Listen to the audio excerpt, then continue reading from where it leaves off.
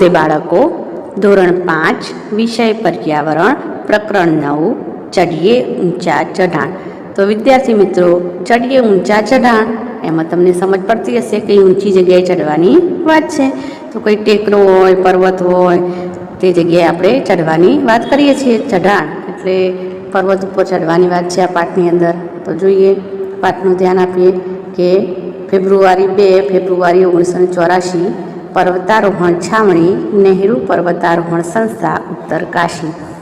પાઠમાં થોડુંક ધ્યાન આપીએ તો અહીંયા જુઓ, ચિત્રમાં તમે જોઈ શકો છો કે એ પર્વત ઉપર ચડી રહ્યું હોય એવું દ્રશ્ય તમે જોઈ શકો છો।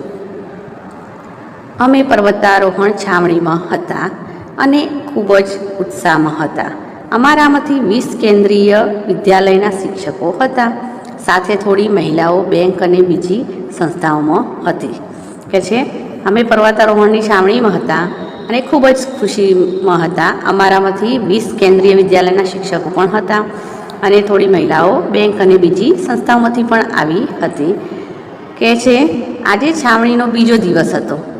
કયો દિવસ હતો? બીજો દિવસ। સવારે હું મારી પથારીમાંથી ઉઠી અને પગ નીચે મૂકવા ગઈ ત્યાં તો દર્દથી ચીસ પાડી ઉઠી।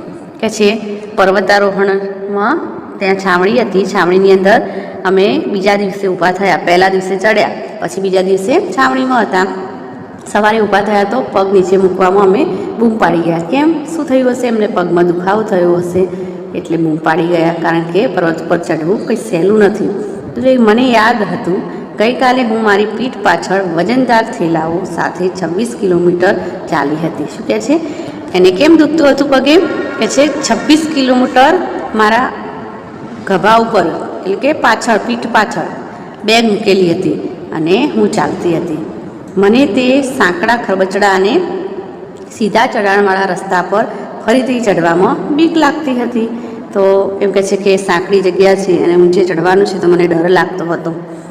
કે છે મારી આંખોમાં આંસુ સાથે મેં બ્રિગેડિયર જ્ઞાનસિંહ, જે અમારા સાહસિક પ્રવૃત્તિઓના અભ્યાસક્રમના માર્ગદર્શક હતા, તેમના રૂમ તરફ ધીમે ધીમે જવાનું ચાલુ કર્યું। હું વિચારતી હતી કે આજના દિવસની મુસાફરી માટે હું શું બહાનું કાઢીશ। મેં પાછળથી તેમનો ભારે અવાજ સાંભળ્યો। કે છે જે સાહસિક માર્ગદર્શક હતા એમની તરફ એ જાય છે। કે છે મુસાફરીમાં હું શું બહાનું કાઢીશ, મને તો દુખાવો થાય છે, અને એમનો અવાજ સાંભળે છે તો શું કરે છે જુઓ, મેડમ તમે સવારના નાસ્તાના સમયે અહીં શું કરો છો? ઉતાવળ કરો નહીં તો તમારે ભૂખ્યા પેટે મુસાફરી કરવી પડશે। કહે છે કે મેડમ તમે સવારનો નાસ્તો કરવાના ટાઈમે તમે શું કરો છો? ચડવામાં ઉતાવળ કરશો ને તો ભૂખ્યા પેટે મુસાફરી કરવી પડશે, એમ કહે છે। સાહેબ હું તેનાથી વધુ ના બોલી શકી। કહે છે સાહેબ પછી આગળ બોલી નહીં। તમારા પગમાં ફોલ્લા પડ્યા છે, તમે ચાલી નહીં શકો, તમે આ જ કહેવા આવ્યા હતા ખરું ને? હા સાહેબ। કહે છે સાહેબ કહ્યું એણે, પરંતુ બોલી ના શકીએ। પરંતુ સામે સાહેબને એમને ખબર પડી ગઈ કે ફોલ્લા પડ્યા છે ને પગમાં, એટલે ચાલી નહીં શકો, એ જ કહેવા આવ્યા હતા ને? કે હા સાહેબ। એને કહે છે હા સાહેબ, હા આમાં કંઈ નવું નથી, હવે ઝડપથી તૈયારી થઈ જાઓ। કહે છે કે હવે ઝડપથી તૈયારી કરી લો ઉપર ચડવા માટે। અહીંયા તમે ચિત્રમાં જોઈ શકો છો કે પગ ઉપર પગ ચડાવીને બેઠી છે। પર્વત ઉપર ચડવું કંઈ સહેલું હોતું નથી, ચડે છે એટલે પગમાં ફોલ્લા પણ પડે છે, પગ પણ દુખાય છે। હવે આગળ જોઈએ, હું વિલા મોડે તૈયાર થવા લાગી। શું કહે છે? વિલા મોડે તૈયાર થવા માટે ભાગી। હું જવા માટે પાછળ ફરીને મેં તેમનો અવાજ ફરી સાંભળ્યો। સાંભળો મેડમ, તમે જૂથ 7ના નાયક છો, તમારે જેને ચડવામાં મુશ્કેલી હોય તેઓને મદદ કરવાની રહેશે। તમને પહેલાંથી પર્વતારોહણમાં જૂથ નાયકની જવાબદારીઓ જણાવવામાં આવેલી છે। કે છે એને શું કહ્યું છે કે સાંભળો મેડમ, તમારે જૂથ 7 છે ને એના નાયક છો, એટલે કે મેઇન લીડર છો, તમારે બીજાને ચડવાની મુશ્કેલી ના પડે એને મદદ કરવાની છે। તો તમને નિયમોની તો ખબર જ છે, જવાબદારી શું છે। હવે કહે છે કહો, તમે ક્યારે પર્વતો જોયા છે અને તમે ક્યારે પર્વત પર ચડ્યા છો? તો ક્યાં અને ક્યારે? કહે છે તમે પર્વત પર ગયા હશો ને? હા। અને તમે કયા પર્વત ઉપર ચડ્યા છો? તો એ લખવાનું, અને ક્યારે અને ક્યાં એ જગ્યા લખવાની છે. તો હું મારું લખું છું, તમે તમારું વર્ણન લખી શકો, કારણ કે તમે જ્યાં જે જગ્યા, સ્થળ અને સમય એ બી તમારે લખવાનું છે. તો જોઈએ, હા, મેં પર્વતો જોયા છે, તમે પણ જોયા હશે. અંબાજીનો ગબ્બરનો ડુંગર, પછી પાવાગઢનો ડુંગર, જૂનાગઢનો ગિરનાર પર્વત જોયા છે ને? હા, જોયા હશે જ. ગયા ઉનાળાની રજાઓમાં અમે બધા જૂનાગઢ ગયા હતા, ત્યાં અમે ગિરનાર પર્વત ઉપર ચડ્યા હતા. અથવા તમે અંબાજી જોયું હોય તો અંબાજીના ગબ્બરનો ડુંગર ઉપર ચડ્યા હતા. અથવા એના સિવાય પાવાગઢ ગયા હોય તો પાવાગઢ પણ લખી શકો. આ રીતે તમે આ પ્રશ્નનો જવાબ લખી શકો. એક ધારો તમે કેટલે દૂર સુધી ચાલ્યા છો? તમે કેટલે ઊંચે જઈ શકો છો? એમ કહે છે કે તમે એક ધારો સતત ચાલુ ને ચાલુ કઈ જગ્યાએ ગયા છો એમ કહેવામાં આવે છે. તો તમે જ્યાં ગયા હોય કઈ જગ્યાએ, જે જગ્યાએ તે અહીંયા લખવાનું છે. તો લખી શકો આ રીતે કે હું એક ધારો 10 કિલોમીટર સુધી ચાલ્યો છું. જેટલા કિલોમીટર તમે ચાલ્યા હોય એટલું તમે લખી શકો. અને હું 3 કિલોમીટર સુધી ઊંચાઈ સુધી જઈ શકું છું, અથવા 5 કિલોમીટરની કે 6 કિલોમીટરની ઊંચાઈ સુધી જઈ શકો. પછી થોડી વાર બેસો, પછી ચઢો, એ રીતે કરતા હોઈએ છીએ. હવે કલ્પના કરો, તમે પર્વતો પરના રસ્તા વિશે શું જાણો છો? તમારે ચિત્ર દોરવાનું છે કે જે પર્વતો જે છે એના રસ્તા વિશે જોઈને તમારે ચિત્ર દોરવાનું છે. આજુબાજુ ખીણ હોય છે, ઊંચા ઊંચા ઝાડ હોય છે, પર્વતો તમને દેખાય છે. આ બધું ચિત્ર તમારે દોરવાનું છે. હવે આગળ જોઈએ, મોટી જવાબદારી. જૂથ નાયકે શું કરવાનું હોય તે વિશે મેં વિચારવાનું ચાલુ કર્યું. હવે આને મેડમને કહ્યું હતું પેલા સાહેબે કે જૂથ નાયકને જે જવાબદારી આપી છે, શું કરવાનું છે એ કહ્યું હતું. તો વિચારે છે કે શું હતું. તો મારા વિચાર જૂથ નાયકની જવાબદારી નીચે મુજબ હોય છે. જોઈએ કે જૂથ નાયક જૂથના બધા જ સભ્યોનું ધ્યાન રાખે છે. શું કરે છે? જૂથ નાયક છે એ બધા જ સભ્યોનું ધ્યાન રાખે છે. પછી બીજાને તેમને સામાન લઈ જવામાં મદદ કરે છે. અહીંયા આપણે લખેલું છે. પહેલું તો શું કરે છે? બધા જે સભ્યો છે એનું ધ્યાન રાખે. પછી બીજાને તેમના સામાન લઈ જવામાં મદદ કરે. શું કરે છે? બીજા તેમનો સામાન લઈ જવામાં મદદ કરે. ત્યાર પછી આપણે જે જૂથને આગળ જવા દેવું અને જૂથ નાયકે પાછળ રહેવું. જે નાયક છે પાછળ રહે એટલે કોઈ પાછળ રહી જાય નહીં, મેઇન લીડર કહીએ આપણે. પછી જે લોકો ચઢી ના શકતા હોય તેઓની મદદ કરવી. જે ચઢી ના શકે એમને હાથ પકડવો, એમને સાંત્વના આપવી અને ચડવામાં હેલ્પ કરવી. એના પછી રોકા અને આરામ કરવા સારી જગ્યા શોધવી. હવે ઉપર ચડવાનું હોય ત્યાં વ્યવસ્થિત બેસવાની જગ્યા હોય ત્યાં બેસવા માટે એમને કહેવું. જેઓની તબિયત સારી ન હોય તેઓનું ધ્યાન રાખવું, અને જેઓની તબિયત બગડી હોય, કોઈને શ્વાસ ચડે હોય, તરસ લાગી હોય, કોઈ તકલીફ હોય તેમને ધ્યાન રાખવું, એમની તબિયતમાં હેલ્પ કરે. ત્યાર પછી જૂથ માટે જમવાની વ્યવસ્થા કરવી. તરસ લાગી હોય, ભૂખ લાગી હોય, જે પણ તબિયતની તકલીફ હોય તો એની વ્યવસ્થા જૂથ નાયકે કરવાની હોય છે. સૌથી મહત્વની બાબત તો એ છે કે બીજાએ કરેલી ભૂલ માટે પણ સજા ભોગવવા તૈયાર રહેવું. જો બીજા ભૂલ કરે તો એને પણ સજા ભોગવવી પડે. એને ચાલતા ચાલતા પડી ગયા કે ચાલતા ચાલતા કંઈ થયું તો નાયકે એની ભૂલ એટલે કે સજા ભોગવવાની હોય છે. હવે જોઈએ આગળ. મને સમજાયું કે અહીં ખાસ પ્રકારની શિસ્ત છે. મને વિચાર આવ્યો કે શું છાવણી મારા માટે હજુ પણ આનંદદાયક રહેશે? છાવણીમાં રહ્યા નાયક મેડમ તો કહે છે કે મને ખાસ પ્રકારની શિસ્ત છે. મને વિચાર આવ્યો કે છાવણી છે શું છે આનંદદાયક રહેશે એમ કહે છે. વિદ્યાર્થીઓ, જૂથ નંબર 7 જોઈએ આપણે કે જૂથ નંબર 7માં અસમ, મણિપુર, મિઝોરમ, મેઘાલય અને નાગાલેન્ડની છોકરીઓ હતી. જૂથ 7માં કોણ હતી? કે અસમ, મણિપુર, મિઝોરમ, મેઘાલય અને નાગાલેન્ડની છોકરીઓ હતી. આ જૂથમાં હું એક જ કેન્દ્રીય વિદ્યાલયની શિક્ષિકા હતી અને હું મારા જૂથના નવા સભ્યોને મળીને ખૂબ ખુશ હતી. તેમાંના ઘણા હિન્દી સારી રીતે બોલી શકતા નહોતા. અમે 21 દિવસ સાથે રહ્યા, તેમ છતાં મિઝોરમથી આવેલી એક છોકરી ખાનડોમ્બી સાથે હું એક વખત પણ વાત ન કરી શકી. તેનું મને દુઃખ લાગ્યું હતું. તે ફક્ત મિઝો ભાષા બોલે છે, તેમ છતાં અમે અમારા હૃદયથી એકબીજાની નજીક આવતા હતા. એ છે બધા જુદી જુદી ભાષા બોલતા હતા. તો એમાં મને એક ભાષા આવડી નહોતી, કારણ કે મેં સાથે રહ્યા 21 દિવસ, પણ મને એમની ભાષા ન આવડી શકી. હવે કે છે તમારા વિચારે જૂથ નાયકની જવાબદારી શું હોય છે? તો આપણે આગળ જોઈ ગયા કે છે કે જૂથ નાયક જૂથના બધા જ સભ્યોનું ધ્યાન રાખે, પછી બીજાનો તેમને સામાન લઈ જવામાં મદદ કરે, પછી જૂથને આગળ જવા દે અને પોતે પાછળ રહે, જે સભ્યો ચડી ના શકતા હોય તેઓની મદદ કરે, પછી રોકાણ અને આરામ કરવા સારી જગ્યા પણ શોધે છે, જેની તબિયત સારી ન હોય તેનું વિશેષ ધ્યાન રાખે છે, જૂથ માટે જમવાની વ્યવસ્થા પણ કરે છે, અને જૂથના બીજા સભ્યોને કરેલી ભૂલ માટે તે સજા ભોગવવા પણ તૈયાર હોય છે. પછી બીજો પ્રશ્ન જોઈએ, તમને આવી કોઈ છાવણીના નાયક બનાવવામાં આવે તો તમે શું કરશો? તો શું કરો તમે? તો આ રીતે લખો કે મને આવી કોઈ છાવણીના નાયક બનાવવામાં આવે તો હું મારી જવાબદારી નીચે મુજબ નિભાવીશ. 1. જૂથ નાયક તરીકે હું મારા જૂથના બધા જ સભ્યોનું ધ્યાન રાખીશ. 2. બીજાને તેમનો સામાન લઈ જવામાં મદદ કરીશ. 3. હંમેશા જૂથના સભ્યોનું પાછળ રહીશ. જે સભ્યો ચઢી ન શકતા હોય તેમની મદદ કરીશ અને મદદ કરાવીશ. જૂથ માટે રોકાણ અને આરામ કરવા માટે સારી જગ્યા શોધીશ, અને બીમાર સભ્યનું વિશેષ ધ્યાન રાખીશ, અને જૂથની જમવાની વ્યવસ્થા કરીશ. આ રીતે હું પ્રયત્ન કરીશ. જે આપણે આગળ છે એમ તમે પોતે એ પ્રયત્ન નિભાવી શકો. તમારા વર્ગમાં મોનિટરને શું શું કરવાનું હોય છે? તો તમે જાણતા જ હશો કે મોનિટર શું શું કરે છે.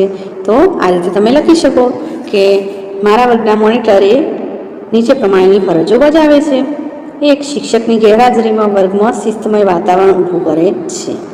પછી વિદ્યાર્થીઓને મુશ્કેલીઓથી વર્ગ શિક્ષકને માહિતગાર કરે છે.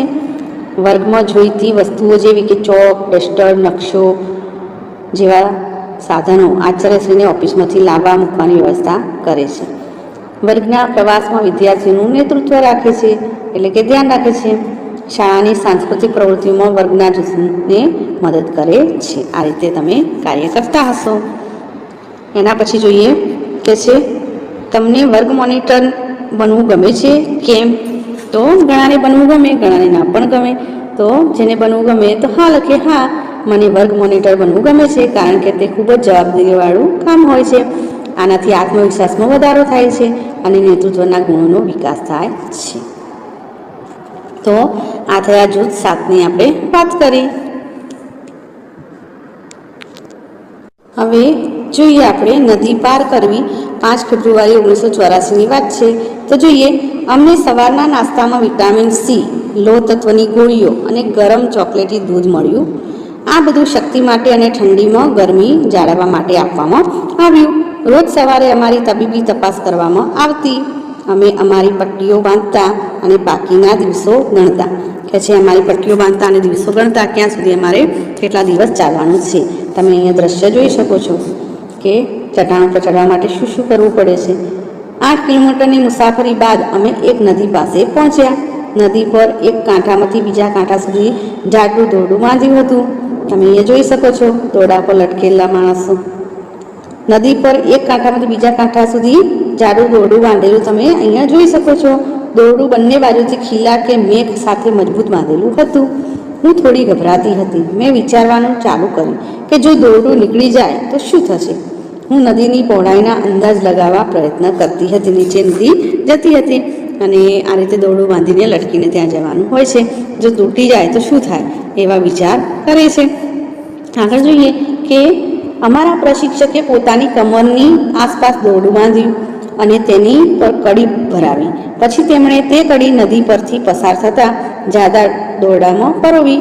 જાડું દોરડું છે એની અંદર એ કડી પરોવે છે. શું કરે છે, ઠંડા પાણીમાં ચાલતા ચાલતા તે બીજી બાજુ પહોંચ્યા. ઝડપથી વહેતી નદીમાં જવા કોઈ તૈયાર હતું નહીં. હવે પાણી નદીમાં હોય તો એમાં પગ મૂકવો ખૂબ જ કઠણ કહેવાય. ક્યારે વધારે પાણી આવે, ક્યાં ખાડો આવે. તો એમ કે છે મને જવા માટે તૈયારી મારી નહોતી. દરેક જણ એકબીજાને પહેલાં મોકલવા ધક્કા મારતા હતા.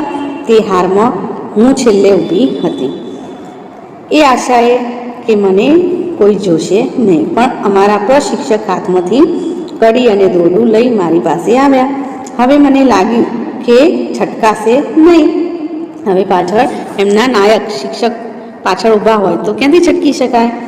તો કહેશે કે હું તૈયાર થઈ ગઈ, પણ હિંમત ચાલી ન હતી. સાહેબ મારો ડર જાણી શક્યા નહીં. તેમણે મોટેથી કહ્યું, સંગીતા મેડમ માટે 3 હર્ષનાદ. કે છે એનું નામ હતું સંગીતા. તો કે છે એના માટે 3 હર્ષનાદ, એટલે કે છે એને પણ નદી પાર કરવાની હતી, એને ડર લાગતો હતો, એટલે એને પ્રોત્સાહન આપે છે. અને મને ખબર પડે તે પહેલાં કોઈએ મને ધીમેથી પાણીમાં ધક્કો માર્યો. મને મારા પગ થીજી ગયા હોય એવો અનુભવ થયો. હું ધ્રુજવા લાગી, મારા દાંત જકડાઈ ગયા. ઠંડુ પાણી, નદીમાં કેવું પાણી હતું? ઠંડુ, એટલે કે છે ધ્રુજવા લાગે છે, એના દાંત જકડાઈ જાય છે. મેં દોરડું પકડ્યું અને મક્કમતાથી મારા પગ નદીના તટ પર મૂક્યા. જેવું પાણીમાં ચાલવાનું ચાલુ કર્યું, નદી ઊંડી થતી હતી અને ધીમે ધીમે પાણી મારા ગળા સુધી પહોંચી ગયું. નદીની વચ્ચે મારું સંતુલન જતું રહ્યું અને હું લપસવા લાગી. હું ખૂબ જ ડરેલી હતી અને ખૂબ ઠંડી પણ લાગતી હતી. દોરડું મારા હાથમાંથી સરકી રહ્યું હતું. હું મદદ માટે બૂમો પાડવા લાગી અને પાણીમાં જેવો જ પગ મૂક્યો તો ડર લાગતો હતો, એટલે કે જે મારા પગ લપસવા લાગ્યા, મને ઠંડી લાગી અને એને ડર હતો, એટલે હાથમાંથી જે દોરડું પકડ્યું હતું એ સરકવા લાગે છે અને બચાવવા માટેની બૂમો પાડે છે. આગળ શું થાય છે જુઓ, કે મને લાગતું હતું કે હું નદીમાં તણાઈ જઈશ, પણ ના, મેં જોયું કે હું કડીથી દોરડા સાથે બંધાયેલી હતી. હું અવાજ સાંભળી શકતી હતી, દોરડું પકડો, દોરડું પકડો. મેં જેમ તેમ દોરડું પકડવા પ્રયત્ન કર્યા અને મારી જાતને આગળ ધકેલી. ધીમેથી થોડી હિંમત સાથે હું નદી કિનારે પહોંચી. અહીંયા તમે જોઈ શકો છો કેવા ચઢાણ ચડે છે. જુઓ, હું નદીમાંથી જ્યારે બહાર આવી ત્યારે મને અનહદ ખુશી હતી. પડકારરૂપ કાર્ય પાર પાડવાની ખુશી હતી. કે છે નદીમાંથી હું પાર પાડી જ્યારે ચાલીને ગઈ ત્યારે મને ખૂબ જ ખુશ થયું, કારણ કે મને ડર હતો હું જઈ શકીશ નહીં, હું તણાઈ જઈશ અને ડૂબી જઈશ, એવો ડર હતો, પરંતુ ડર દૂર થઈ ગયો. હવે કિનારે ઊભી રહીને હું બીજાઓને દોરડું મજબૂતાઈથી પકડવા કહેતી હતી. મને ખબર હતી કે આત્મવિશ્વાસ સાથે હિંમતભેર પડકારનો સામનો કરવાનું પરિણામ હતું. હવે આત્મવિશ્વાસ રાખીએ તો કોઈ પણ કામ પાછા પડી શકીએ નહીં. તો કે છે હિંમતવાળું આ કામ હતું. આગળ જોઈએ કે શોધો અને લખો. તો પ્રશ્ન છે કે પર્વતારોહણ કરવા કેવા પ્રકારના સાધનોની જરૂર પડે છે? તો પર્વતારોહણ કરવા માટે મજબૂત અને લાંબા દોરડા, ખીલાઓ, કડી, હથોડી, ખીલાવાળા ગમબૂટ, સૂવાની બેગ, પાણીની બોટલ, ખાવાના પેકેટ, ઓક્સિજનના સિલિન્ડર, પ્લાસ્ટિકની ચાદર અને તંબુ વગેરે સાધનોની જરૂર પડે છે. એના પછીનો પ્રશ્ન જોઈએ કે તમે ક્યારેક કડી અને દોરડું બીજા કોઈ કાર્ય માટે ઉપયોગ થતું જોયું છે? તો ક્યાં? તો જે જગ્યાએ જોયું હોય તો તમે લખી શકો. બધાએ લગભગ તો જોયું જ હશે. ક્યાં જોયું છે? વિચારો તો લખી શકો કે હા, મેં જોયું છે. તો ક્યાં? હું બોલું છું, સાંભળજો તો તમને ખબર પડી છે કે હા, તો મેં જોયું જ છે કે કૂવામાં ડોલ કે ઘડો પડી ગયો હોય તો તેને બહાર કાઢવા માટે મેં કડી અને દોરડાનો ઉપયોગ થતો જોયો છે. જોયું છે ને? હા. ત્યાર પછી જોઈએ, જો તમારે પર્વત પરની નદી પાર કરવી હોય તો તમે બીજા કયા ઉપાયો કરી શકો? તમે અહીંયા નદીને ઓળંગવાની વાત કરી, ઉપર દોરડું બાંધેલું હતું, એના પેટ ઉપર પણ કડી બાંધેલી હતી, એ રીતે એ લોકોએ પાર કરી. તમે શું કરો? તો તમે પાર કરવી હોય તો તમારા ઉપાયો અહીંયા લખી શકો. તો હું બોલું છું, ધ્યાન આપજો. પર્વત પરની નદી પાર કરવી હોય અમે હવા ભરેલી બોટમાં રિવર રાફ્ટિંગ કરી શકીએ છીએ, અથવા રોપવે હોય તો તેનો પણ ઉપયોગ કરીએ છીએ. આપણે કરીએ છીએ ને પર્વત ઉપર જવા માટે, આપણે ખીણની અંદરથી રોપવેનો ઉપયોગ કરીએ છીએ ને? હા, એનો ઉપયોગ કરીએ છીએ. ત્યાર પછીનો પ્રશ્ન જોઈએ, શા માટે પર્વતો પર આપણને વધારે શક્તિની જરૂર પડે છે? પર્વત ઉપર આપણે ચડીએ તો શા માટે વધારે શક્તિની જરૂર પડે છે? વિચારો તો. તમને પણ એવો અનુભવ થયો જ હશે. તો એનો જવાબ આ પ્રમાણે છે. શું હતો? પર્વત પર આપણે ગુરુત્વાકર્ષણ બળને વિરુદ્ધ દિશામાં ચડીએ છીએ. પર્વત ઉપર ચડીએ તો ગુરુત્વાકર્ષણનો વિરોધમાં ચડીએ છીએ. ગુરુત્વાકર્ષણ પૃથ્વી પર હોય છે અને આપણે પર્વત પર ચડીએ એટલે વિરોધ થાય છે, જેમ લો ચુંબકને લોખંડની થાય એ રીતે. વળી રસ્તામાં ખરબચડા, સીધા ચઢાણવાળા અને વળાંકવાળા હોય છે. રસ્તાઓ કેવા હોય છે? સીધા પણ હોય છે, પછી વળાંકવાળા પણ હોય છે. ત્યાંનો ચઢાવ પણ ઊંચા નીચો હોય છે. તેથી આપણને પર્વતો પર ચડવા માટે વધારે શક્તિની જરૂર પડે છે. એના પછીનો પ્રશ્ન જોઈએ આપણે કે તમે ક્યારે બીજા કોઈએ સાહસિક કામ કર્યું હોય એવું સાંભળ્યું છે? તો કે સાંભળ્યું હોય તો લખી શકો કે હા, હું મારી રીતે લખું છું, તમે તમારી રીતે પણ આ પ્રશ્નનો જવાબ લખી શકો. હા, મેં બીજા કોઈએ સાહસી કામ કર્યું હોય એવું મારા કાકા પાસેથી સાંભળ્યું હતું. એકવાર અમારા ગામના વિજયભાઈએ નદીના પાણીમાં ડૂબતો એક બાળકને બચાવ્યો હતો. આ રીતે કોઈ પણ કામ કર્યું હોય તો તમે લખી શકો અને કોણે કર્યું, બરાબર. હવે આગળનો પ્રશ્ન જોઈએ કે તમે ક્યારે કોઈ સાહસિક કામ કર્યું છે? તમે અહીંયા શું હતું? બીજા કોઈએ. અહીંયા તમે પોતે સાહસિક કામ કર્યું છે? જો હા, તો તમારા વર્ગમાં કહો અને તેના વિશે તમારા શબ્દોમાં લખો. તમે જે કામ કર્યું હોય લખી શકો. હું બોલું છું. એકવાર હું શાળામાં જઈ રહ્યો હતો, ત્યારે રસ્તામાં એક મકાનની દિવાલ પાસે કૂતરીએ ખાડામાં બચ્ચા મૂક્યા હતા. તો શાળામાં જતાં જતાં મેં જોયું કે કૂતરી તેના બચ્ચા પાસે ન હતી અને એક ડાઘિયો કૂતરો તેમનામાં એક નાના બચ્ચાને તેના મોંમાં ઉપાડીને લઈ જતો હતો. બિચારું બચ્ચું રડતું હતું. તે સમયે સીધો તેના પર ઘા કર્યો અને પથ્થર સીધો જ ડાઘિયાના પગ ઉપર વાગ્યો. આમ બચ્ચાને નીચે નાખીને ભાગી ગયો. મેં બચ્ચાને હાથમાં ઉપાડીને ખાડામાં તે જગ્યાએ પહોંચાડી દીધો. તે બચ્ચાની માં આવી ગઈ અને બચ્ચું માતાને વહાલ કરવા લાગ્યું. આ રીતે હું શાળામાં ગયો.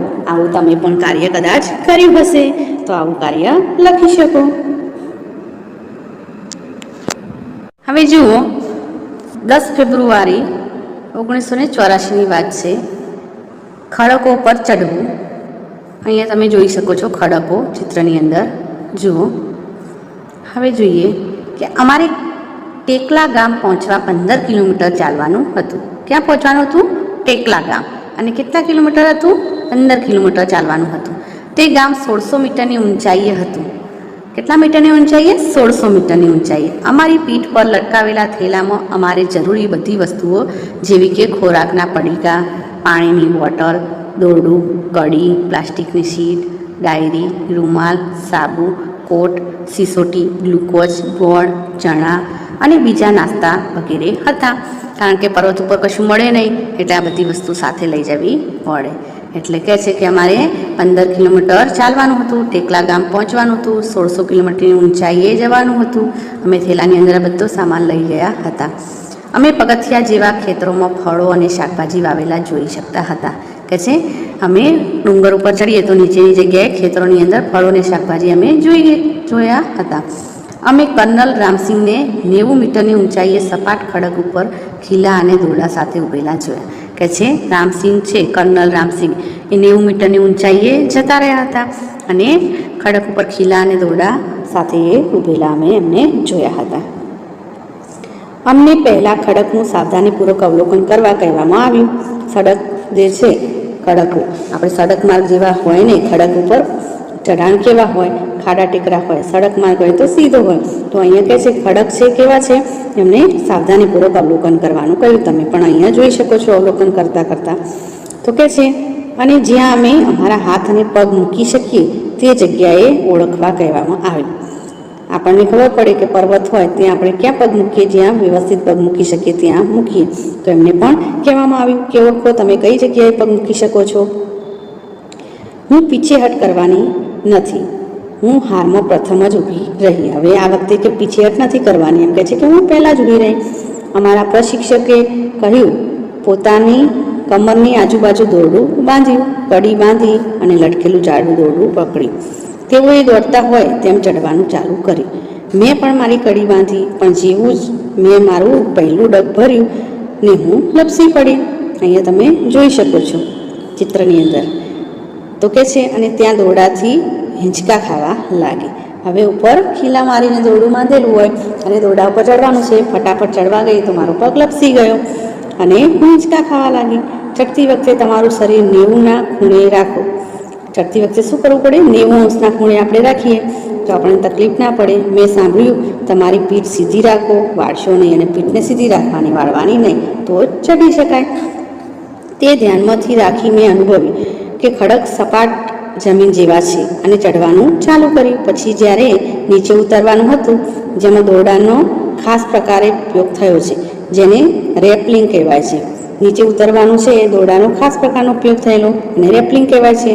મેં તે ડર રાખ્યા વગર કર્યું. ડર મનમાંથી દૂર કરી દીધો, કેમ કે કરવાનું જ છે, આ કાર્ય પૂરું કરવા માટે આવ્યા છીએ. તો એમ કહે છે ડર દૂર કરી દીધો અને ડર વગર ચાલુ કર્યું. હવે જુઓ, પ્રશ્ન કહે છે, તમે ક્યારે ઝાડ પર ચડ્યા છો? તમને કેવું લાગ્યું? તમને ડર લાગ્યો? તમે ક્યારે નીચે પડ્યા છો? તો તમે કદાચ રમતા રમતા ઝાડ ઉપર ચડ્યા હશો તો તમે તમારો અનુભવ અહીંયા લખી શકો.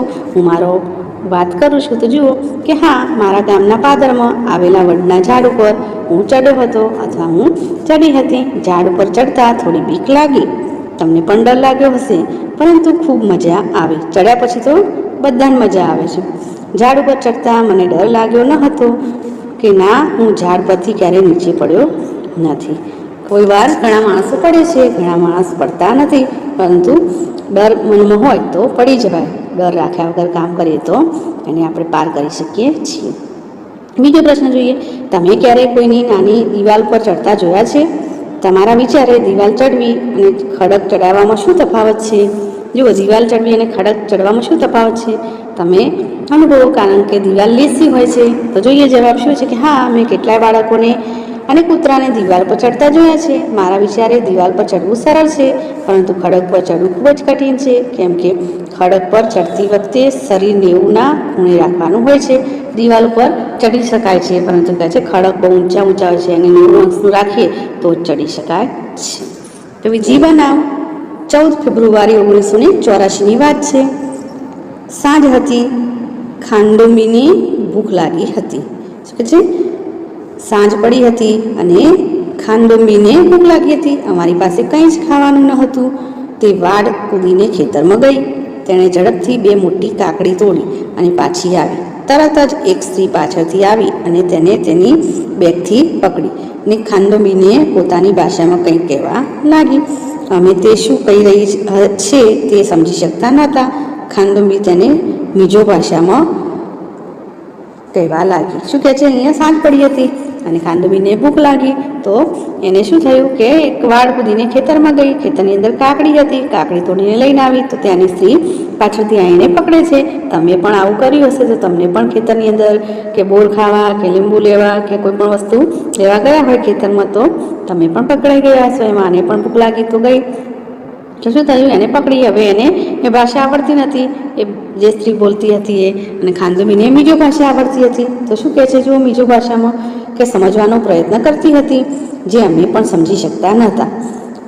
મેં હિન્દીમાં સમજવા પ્રયત્ન કર્યો. એ ભાષા કઈ હતી? બીજો ભાષામાં એને સમજ પડતી હતી, પરંતુ અમને નહોતી પડતી એમ કે છે. પરંતુ બંનેમાંથી એક પણ ભાષા તે સ્ત્રી સમજતી ન હતી. અંતે મેં મારા હાથ માફી માંગવા જોડ્યા. કહે છે કે થોડીક સમજવા પ્રયત્ન કરતી હતી બીજો ભાષામાં ખાંડુમી, પરંતુ એ બોલતી હતી એમ કે ખબર નથી પડતી, એટલે 2 હાથ જોડીને માફી માંગવાનો પ્રયત્ન કર્યો. એટલામાં અમારું જૂથ ખૂબ જ દૂર જતું રહ્યું. અંધારું થઈ ગયું હતું. મને લાગ્યું કે અમે રસ્તો ભૂલી ગયા છીએ. હવે અમે સાચે જ ડરી રહ્યા હતા અને અમારી બેટરીથી પણ રસ્તો જોઈ શકતા ન હતા. ઠંડી હોવા છતાં મને પરસેવો થવા લાગ્યો. કહે છે કે અમારું જૂથ આજે કાકડી લેવા ગઈ એમાં દૂર જતું રહ્યું. હવે અંધારું થઈ ગયું. હવે અમે રસ્તો ભૂલી ગયા અને ડર લાગવા લાગ્યો. બેટરીથી પણ રસ્તો દેખાતો નહોતો. હવે ખૂબ જ ઠંડી હોવા છતાં પસીનો આવવા લાગ્યો, કારણ કે ડરનું વાતાવરણ ઊભું થઈ ગયું. મેં ખાંડુમીને હાથ જોરથી પકડી રાખ્યો. મેં મોટેથી બૂમ પાડી, તમે બધા ક્યાં છો? તમે મને સાંભળી શકો છો? પર્વતોમાં મારા અવાજના પડઘા પડતા હતા. અમે બંને મોટેથી અમારી સિસોટી વગાડવા લાગ્યા અને અમારી બેટરીનો પ્રકાશ ફેંકવા લાગ્યા. કદાચ જૂથને ખબર પડી કે અમે ખોવાઈ ગયા છીએ.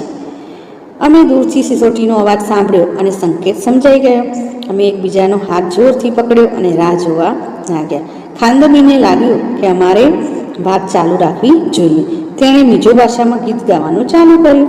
તેને મિજો ભાષા આવડતી હતી અને ખાંડુમીને, અને એમાં ગીત ગાવાનું ચાલુ રાખ્યું, કારણ કે એ જૂથમાંથી જુદા થઈ ગયા હતા. થોડા સમય પછી અમે જૂથના સભ્યોને અમારી તરફ આવતા જોયા. અંતે અમે ફરી જૂથ સાથે થયા. શું કર્યા? જૂથ સાથે ભેગા થઈ ગયા. કહે છે કે અમે દૂર થઈ ગયા હતા તો અમે સિસોટી વગાડી, ગીતો ગાયા, બૂમ પાડી, બેટરી કરી, પરંતુ એ રીતે અમે ભેગા થયા. કારણ કે કંઈક વસ્તુ એવી હોવી જોઈએ તો આપણે એકબીજાને મળી શકીએ. દૂર જતા રહીએ તો પણ, ખોવાઈ જઈએ તો પણ એવો સંકેત આપણે રાખવો જોઈએ, જેમાં આ લોકો રાખે છે. હવે કહે છે, કહો તમારા વર્ગમાં કોઈ એવું છે કે જેની ભાષા તમને સમજાતી નથી અથવા તે તમારી ભાષા સમજતા નથી? તમે આવી સ્થિતિમાં શું કરો છો? જો આવું થયું હોય તો તમે શું કરો? વિચારો તો. તમારા સોસાયટીમાં, તમારા સ્કૂલમાં, તમારા ફ્રેન્ડ સર્કલમાં કે ગમે તે જગ્યાએ, કોઈ પણ જગ્યાએ જાઓ તો તમને આવું થાય તો તમે શું કરો? બીજાને, સામેવાળાને સમજ પડે એ માટે કંઈક કરો ને. તો કે હા, મારા વર્ગમાં એક વિદ્યાર્થી છે અથવા મારા સોસાયટીમાં એક પાડોશી રહે છે જે થોડા સમય પહેલાં જ બિહારથી, કેરળથી આવ્યા છે. તેની ભાષા મને સમજાતી નથી અને મારી ભાષા તેને સમજાતી નથી. આવી સ્થિતિમાં હું તેની સામે ઈશારાથી અને અંગ્રેજીમાં વાત કરું છું. હવે ઘણા હિન્દી ભાષી હોય, અંગ્રેજી બોલતા હોય તો તમને કદાચ ખબર પડતી ના હોય, તો આપણે પણ એમની ભાષા હિન્દીમાં, ગુજરાતીમાં, આપણી ગુજરાતી ભાષા ના સમજ પડે તો અંગ્રેજીમાં વાત કરીએ તો ખબર પડે અથવા હિન્દીમાં વાત કરીએ તો ખબર પડતી હોય છે. ઘણાને ગુજરાતી ભાષા આવડતી નથી હોતી. બીજો પ્રશ્ન જોઈએ. તમે ક્યારે તમારો રસ્તો ભૂલી ગયા છો, પછી તમે શું કરશો? હા, કોઈ વાર તમે રસ્તો ભૂલી ગયા તો એનું વર્ણન તમારે લખવાનું છે. શું કરશો? હા, હું 2-4 વાર મારો રસ્તો ભૂલી ગયો છું, પરંતુ આજુબાજુ કોઈ દુકાનદાર કે અન્ય વ્યક્તિને પૂછીને સાચો રસ્તો મેળવી લીધો છે. આવું કોઈ વાર બન્યું હશે તો આજુબાજુ જે જાહેર દુકાન હોય એને પૂછો તો ખબર પડે. એના પછીનો પ્રશ્ન જોઈએ તો તમારે વિચારે ખાંદોબીએ કેમ મોટેથી ગીત ગાયું હશે? વિચારો તો. ખાંદોબીને તેના જૂથના સભ્યોથી અલગ પડી ગઈ હતી. ખાંદોબીનો મિજો ભાષામાં મોટેથી ગીત ગાવાનું ચાલુ રાખવાથી તેના જૂથના સભ્યો તેને સહેલાઈથી શોધી શકે અને આ માટે તેણે મોટેથી ગીત ગાયું હતું. કારણ કે એને મિજો ભાષા આવડતી હતી એટલે ગીત ગાય તો સામેની જે જૂથ હતું એમનો મિજો ભાષા એ જૂથવાળાને આવડતી નહોતી. એમને ખબર પડી ગઈ કે આ ખાંદોબીની અવાજ છે. એના પછીનો પ્રશ્ન જોઈએ કે તમે કોઈને ડરથી બચવા કંઈ ખાસ કરતા જોયા છે? શું? અને વિચારો તો કે છે તમે ડરથી બચવા કોઈને ખાસ જોયા છે તો શું છે એ તમારે અહીંયા કહેવાનું છે. જોયું હોય તો લખી શકો. હું બોલું છું, ધ્યાન આપજો. હા, મેં કેટલાક લોકોને ડરથી બચવા પ્રયાસ કરતા જોયા છે. જેમ કે મારા મિત્રને કૂતરાથી ડર લાગતો હોવાથી જ્યારે રસ્તા પર સામેથી કૂતરાને આવતો જોઈએ તો તરત જ આજુબાજુના ચાલતા કોઈ મોટા વ્યક્તિની પાછળ સંતાઈને ચાલતા રસ્તો પસાર કરે છે. તમે પણ એવું કર્યું હશે, કર્યું છે ને? હા. મારા કોઈને ઊંચાઈથી ડર લાગતો હોવાથી તેઓ જ્યારે પર્વત ઉપર કે ઊંચા બિલ્ડિંગની છત ઉપર ચડે ત્યારે નીચે જોવાનું ટાળે છે. ઘણીવાર આપણે ઉપર ચડીએ છીએ તો નીચે જોઈએ તો ઘણાને ચક્કર આપતા હોય છે અથવા ડર લાગતો હોય છે તો એ નીચે જોતા નથી. તમને પણ આવું અનુભવ્યું હશે. અથવા કોઈ બીજા વ્યક્તિને રાત્રે અંધારામાં ટોયલેટ જવું છે તો બહાર જવું છે તો શું કરે છે કે કોઈ વાર કોઈના નામ લે છે, કોઈ ગીત ગાય છે, કોઈ ભગવાનનું નામ લે છે. એ રીતે કરતાં તમે જોયા હશે.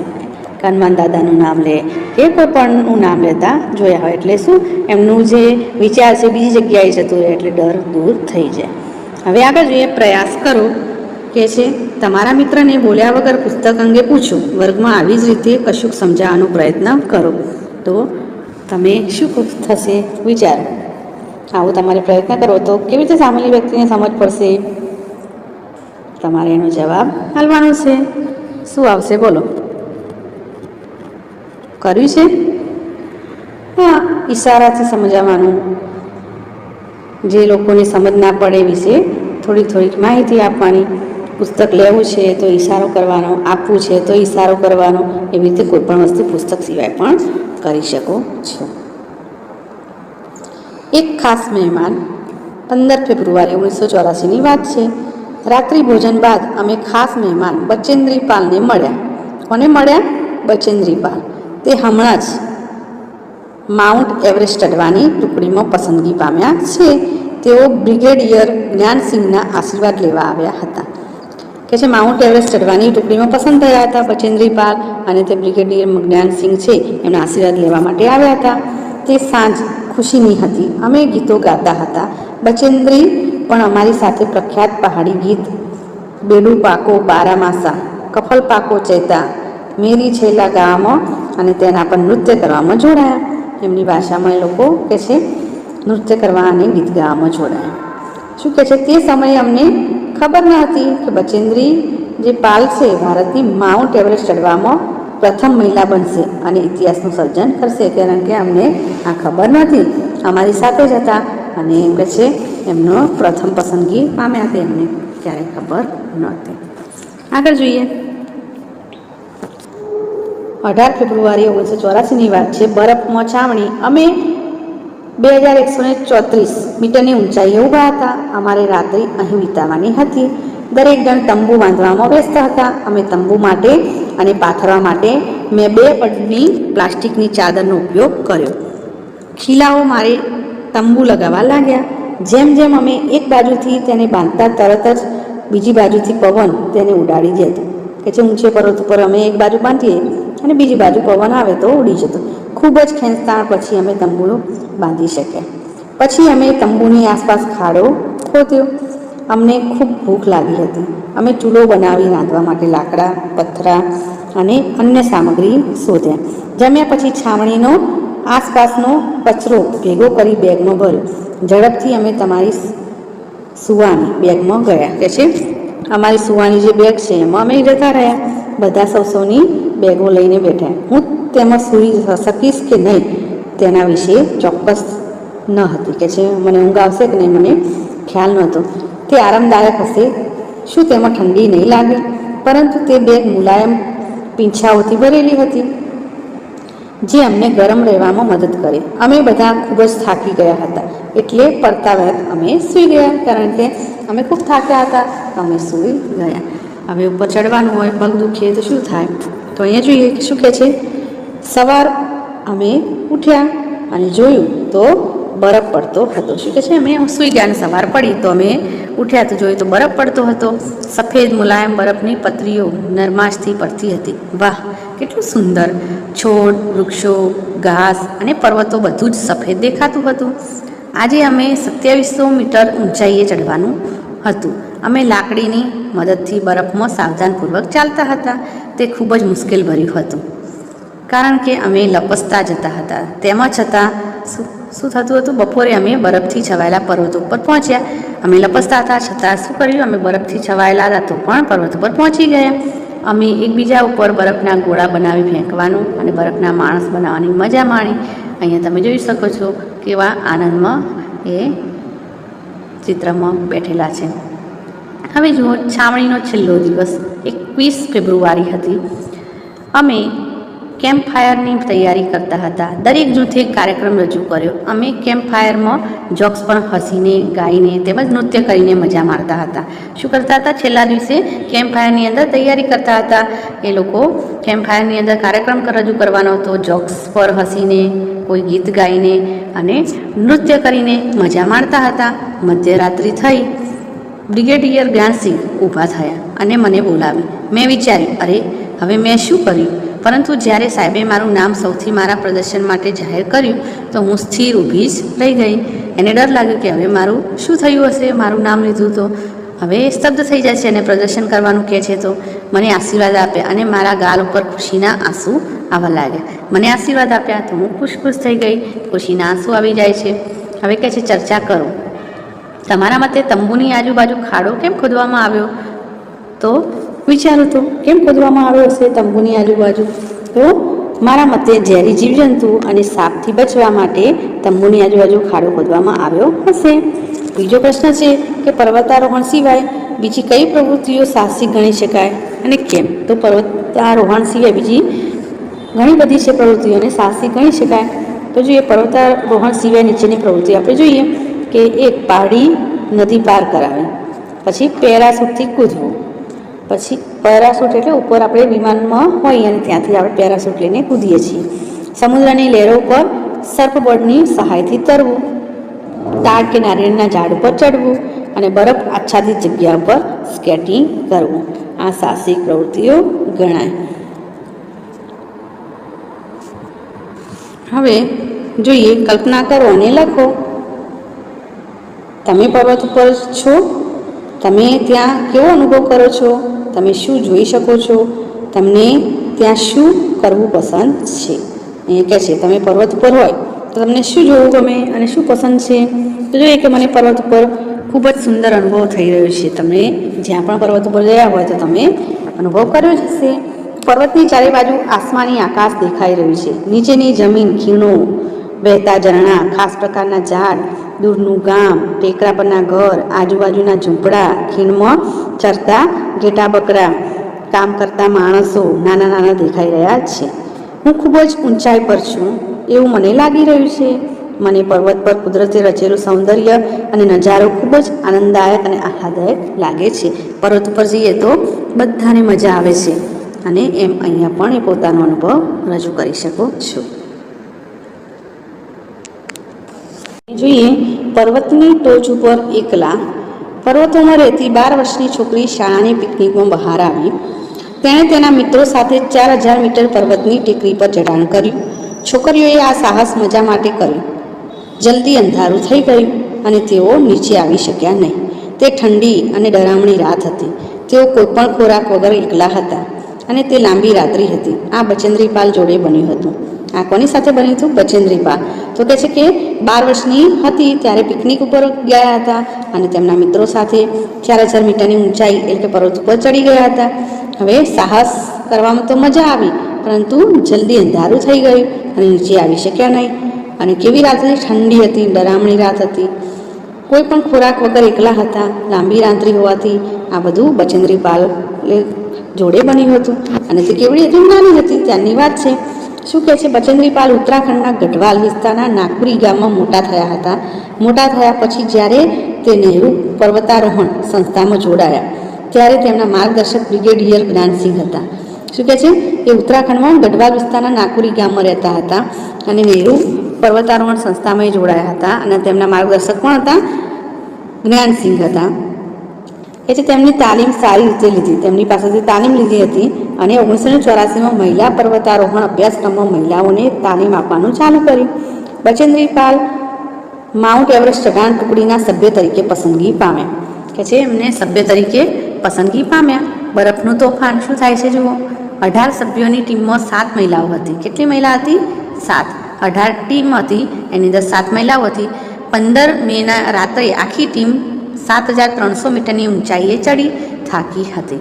ટીમે તંબુના શું કહે છું તંબુને બાંધવાની શરૂઆત કરી અને તંબુ બાંધ્યા અને સૂઈ ગયા.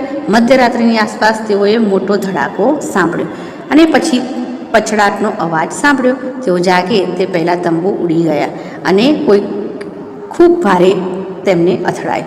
શું કહે છે? પવન આવ્યો તો કહે છે તંબુ છે ઉડી ગયા અને કંઈક વસ્તુ ભારે આવીને એમની જોડે પડી. તે ખૂબ જ ભયંકર બરફનું તોફાન હતું. બચેન્દ્રી બરફમાં લગભગ આખી દટાઈ ગઈ હતી અને તેના માથામાં ઈજા થઈ ગઈ. ટીમના અન્ય સભ્યોને પણ ઈજા થઈ ગઈ હતી. બીજાઓએ બરફની લાકડી અને કુહાડીથી બરફ ખોદી બધાને બહાર કાઢ્યા. હવે શું થાય છે? બધા દટાઈ ગયા બરફની અંદર.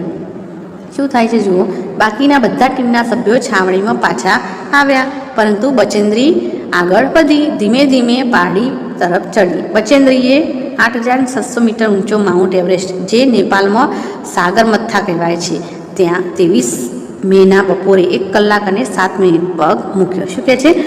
બધા છે બરફની અંદર દટાઈ ગયા હતા કે બધા ટીમના સભ્યો છાવણીમાં પાછા જતા રહ્યા, પરંતુ જે બચેન્દ્રી પાલ છે એ ત્યાંથી આગળ ઉપર ચડવાના પ્રયત્નો કરે છે અને 86 એટલે કે 8600 મીટર ઊંચો માઉન્ટ એવરેસ્ટ એ નેપાળના સાગરમથા કહેવાય છે, ત્યાં બપોરે 1 કલાક અને 7 મિનિટે પગ મૂકે છે. તેમની સાથે ટીમના બીજા સભ્ય પણ હતા. એક જ સમયે પહાડીની ટોચ પર 2 જણા ઊભા રહી શકે તેમ ન હતું, એટલે કોઈ સરકે તો તેઓ હજારો ફૂટ નીચે આવે. આમ બચેન્દ્રી અને તેના સાથીઓ બરફમાં ખાડો કર્યો અને કુહાડી સ્થિર બરફમાં ખોડી દીધી. શું કહે છે? કુહાડી છે સ્થિર બરફની અંદર ખાલી દીધી, દાટી દીધી. તેનો કડીની જેમ ઉપયોગ કર્યો. તેઓએ પોતાને દોરડા સાથે બાંધ્યા અને ત્યારબાદ જ તેઓ બંને ત્યાં ઊભા રહી શક્યા. તે ઠંડીથી ધ્રુજતા હતા, પરંતુ સફળ થયાની હૂંફનો અનુભવ પણ કરતા હતા. તેમણે તેમના માથું નમાવ્યું, ભારતનો રાષ્ટ્રધ્વજ ફરકાવ્યો અને ફોટોગ્રાફ લીધા. તેમણે દુનિયાની સૌથી ઊંચી પહાડી પર 43 મિનિટ વિતાવી. બચેન્દ્રી પાલ માઉન્ટ એવરેસ્ટની ટોચ ઉપર ચડનાર પ્રથમ ભારતીય મહિલા અને દુનિયાની 5મી મહિલા બન્યા. આ બચેન્દ્રી પાલ છે એ કહે છે ભારતની પ્રથમ અને 5મી દુનિયાની 5મી મહિલા બન્યા છે. આ રીતે એમણે માઉન્ટ એવરેસ્ટ સર કર્યું હતું.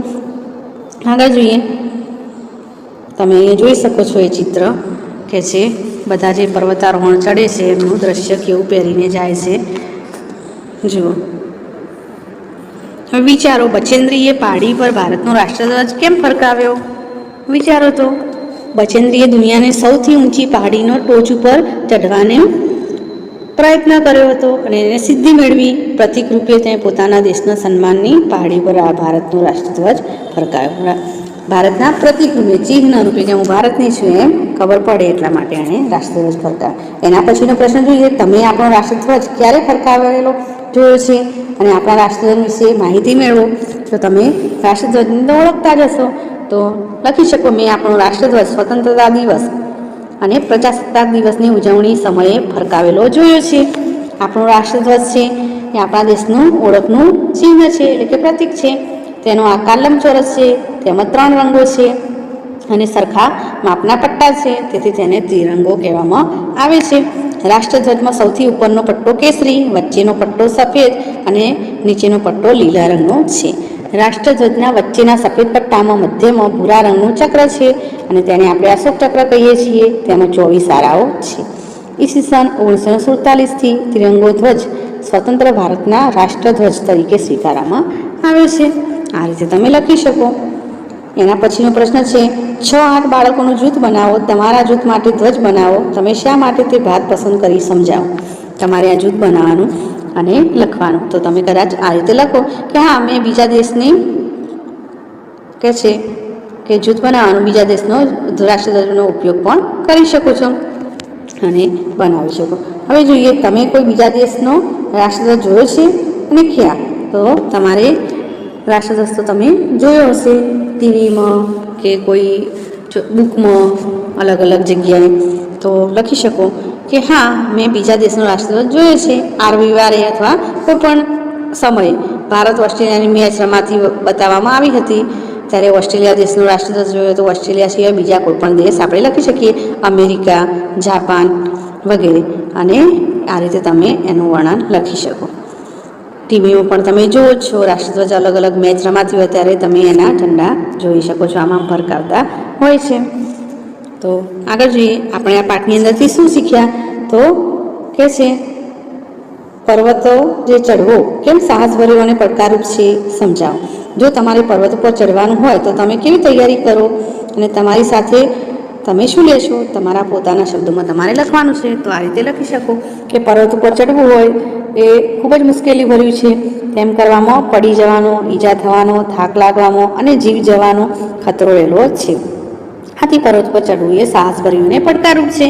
જો મારે પર્વત ઉપર ચડવાનું હોય તો સૌપ્રથમ કોઈ પર્વતારોહણની સંસ્થામાં હું એક સારા પ્રશિક્ષક પાસેથી પ્રશિક્ષણ લઈશ, એટલે કે તાલીમ લઈશ. સારા જે તાલીમ આપતા શિક્ષકો એની પાસે તાલીમ લેવી પડે અને પછી એ તાલીમ લીધા પછી પર્વત પર ચડવા માટે કેવી સજ્જતા કેળવવી એ બાબતો સારી રીતે શીખી લેવી પડે.